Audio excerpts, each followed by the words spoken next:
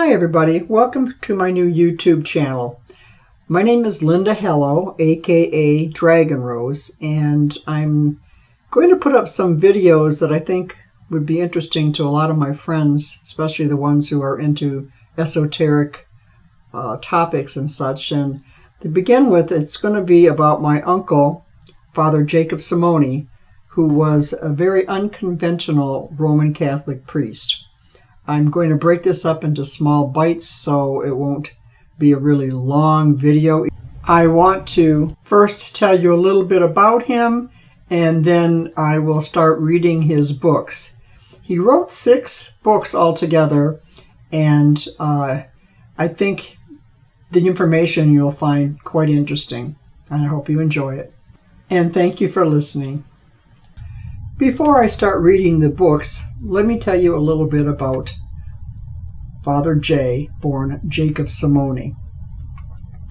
He was born April 27th, 1930, to a large Lebanese family. He had 7 siblings, and his parents, my great-grandparents, ran a grocery store in Detroit. They were a tight-knit family with traditional Middle Eastern values, and when it came to their religious beliefs, they felt that they should dedicate one of their children to the church, which was common practice at the time. Although not in the original plan, Jay ultimately took the vows and became a Roman Catholic priest on June 2nd, 1956. As I said a minute ago, it wasn't really in his plans. He didn't have a great desire to become a priest until he heard a voice at the age of 14 gently urging him to try to go to school at the seminary for 1 year. Key word here being try. Reluctantly, he did attend the seminary, and later he would come to know that that voice was the Holy Spirit. But that's a story for another day, and it will be told in the reading of his first book called On My Way Home, an autobiography of a priest in today's world, written in 1998. In 1937, at the age of 7, Jacob and 3 of his siblings, my aunts Rose, who was 15, Billy, who was 13, and Tony, who was 10, saw a vision outside their second-story window over Mount Elliott Cemetery on a Catholic holiday known as Ascension Thursday. They told their parents, who accepted it as a vision associated with the Ascension Thursday holiday. But friends and other relatives did not believe them at the time, so they stopped talking about it. What they described years later was amazing. For about an hour, they witnessed pastel-colored ovals that contained bodies floating up from the ground to the sky and others descending from the sky to the earth. Jacob watched as a cross topped with thorns descended from the sky and planted itself into the ground. And being a child, he thought the cross was for him, and he was going to go out and grab it, but his sister stopped him. They also saw 3 floating figures, a woman dressed in blue and white with her hands folded, a man with a beard holding a child in the palm of his hands, and a large cross. These 3 figures took up the entire sky, so they were not small images. And I think they said this lasted about an hour. He later painted the vision that they witnessed, among many other paintings. On that note, he never had any training, but his artwork was featured at 2 art exhibits in the Detroit area, and all of his work sold out. I located some of the prints of his work in a small shop in Plymouth, Michigan, and had them shipped to my home in Las Vegas. Later in the series, I will share some of that artwork with you. Father J practiced yoga and meditated for over 40 years. In addition, he studied Eastern religions, where he found that traditional beliefs and personal mystical experiences merged. All of his experiences were over a period of many years. After Father J was ordained a priest, he went to Mexico to study the language so that he could communicate better with many of his parishioners. This is where he had his first past life experience. While on a tour at Teotihuacan, he had what he describes as a past life experience just after someone from the tour took his picture. He saw that his arms were very dark and he had a loincloth around his waist. He felt his hair, which was typically, in this reality, short and wavy, was now very straight and jet black. He came to the realization that he was a Mayan. As he stood there bewildered, someone came up to him speaking in another language, which was not Mayan. He understood the person and proceeded to instruct him on how to place a large block in place. He realized that he was doing the work of an architect supervising the construction of 2 rows of structures that eventually joined the 2 pyramids. Now keep in mind, at this time, the 2 rows had not even been found by archaeologists. They weren't visible. Later, after 2 women found him standing there looking dazed, he learned from the tour guide that the architects of the pyramids could have been Mayan. He revisited the site 20 years later and found that archaeologists had indeed excavated the 2 rows of stone buildings he had seen in his earlier vision. I believe his affinity for the Hispanic community was partially due to this past life experience. In another past life experience, Father J was visiting the Museo del Prado in Madrid. While standing in front of a painting called Las Meninas by Diego Velázquez, he fell into a trance state and envisioned himself as Velázquez painting that exact picture. Also, years before this experience, he was told by 2 different psychics who were students of his seminars that he, Father J, had been Velázquez in a prior life. In 1970, while serving at St. Bernadette's Church in Dearborn, Michigan, he had another vision, one that would leave a profound mark on the rest of his life. He was walking in the church when he saw a bright light blocking the altar. He fell to his knees and could not stop the tears. He knew he was in the presence of Jesus and felt unworthy.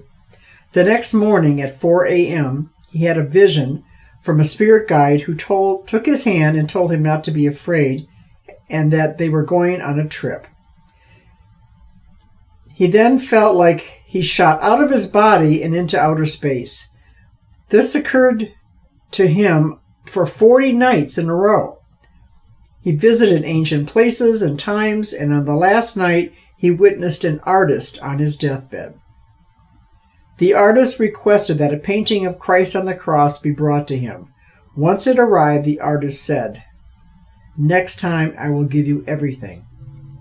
The spirit guide then told my uncle that this was when my uncle decided to become a priest. Father J never used the pulpit to preach about his personal esoteric experiences, but he did share his thoughts on Eastern philosophies like reincarnation in his workshops. During the late 70s and early 80s, he taught classes in Silva method of mind development and stress control, commonly called Silva Mind Control, while working at Holy Trinity in Detroit.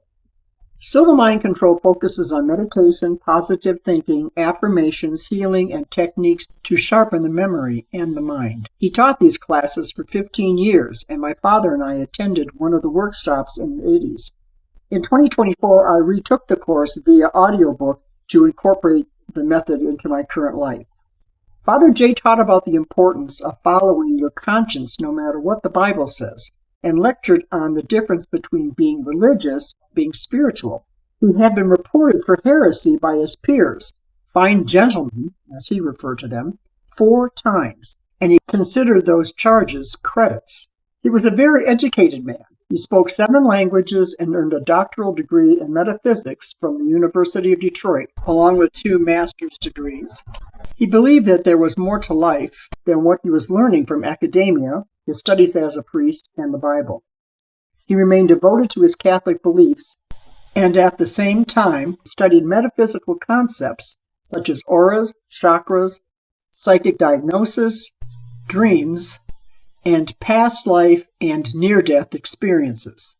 In fact, he believed that he had experienced 14 different past lifetimes himself. Over his lifetime, he also studied the Edgar Cayce readings and A Course in Miracles, also known as ACIM. Father J's books has also sparked an interest in ACIM for me. He was the first priest to ever serve on the Judicial Tenure Commission in the state of Michigan. This commission was set up to judge the judges. In 2004, a documentary was created about Father J, and it is called Light, the Father J. Samonie documentary, which can be seen for free on YouTube, and I will put the link below this video. In 2004, he also suffered 2 heart attacks and a stroke. His rehabilitation from those health setbacks was difficult, but once again, he was visited by his spirit guide, and the message he received gave him the strength and the will to work through the health issues and continue with his mission. In 2006, he celebrated his Golden Jubilee, which is his 50-year anniversary as a priest. I attended this celebration at St. Charbel Church. If I recall correctly, that was the name of it. If I'm wrong, it will be in one of the books. All of my relatives were there, along with friends of the family. At this time, Father J was in a wheelchair and looking very frail. He was unable to really speak much, but his presence was heartwarming. It was at this gathering that we learned about his documentary and were able to obtain a digital copy. I moved to Las Vegas in 1997. It just so happened that my Aunt Rose, one of Father J's sisters, lived in California, and each year she would bring out her brothers and sisters from Michigan for a little mini vacation. They would spend time in California and in Las Vegas. So now that I lived here, I would spend time with the family every year. I also learned a little more about my uncle during these visits. For example, he shared with me that he had read the Harry Potter series and really enjoyed the books. I was so intrigued that I purchased the books and read them all. We later corresponded by email and discussed the books and other topics such as family history, as I was then working on a family tree. We exchanged short emails from 1997 until 2001. He authored 6 books during his lifetime as a way to share his experiences. He went home in 2010 at the age of 80 and left a wonderful legacy of a life lived in faith and acceptance of a spiritual awakening that I believe we can all experience. This first video is just a short summary of what will be described in more detail in Father J's books. In the next video, I will start reading book number 1 called On My Way Home, an autobiography of a priest in today's world. My intention is to include the pages of the books on the screen so that the viewer has the option of reading along with me if they so desire. This is also an effort to keep his books alive, even though they are no longer in print. Any references that I include in these videos will also be included below the videos in the description section for you to research on your own. Initially, these will not be live readings, but perhaps in the future I may do live videos to get input from those who find this information interesting and thought-provoking. And thank you again for listening.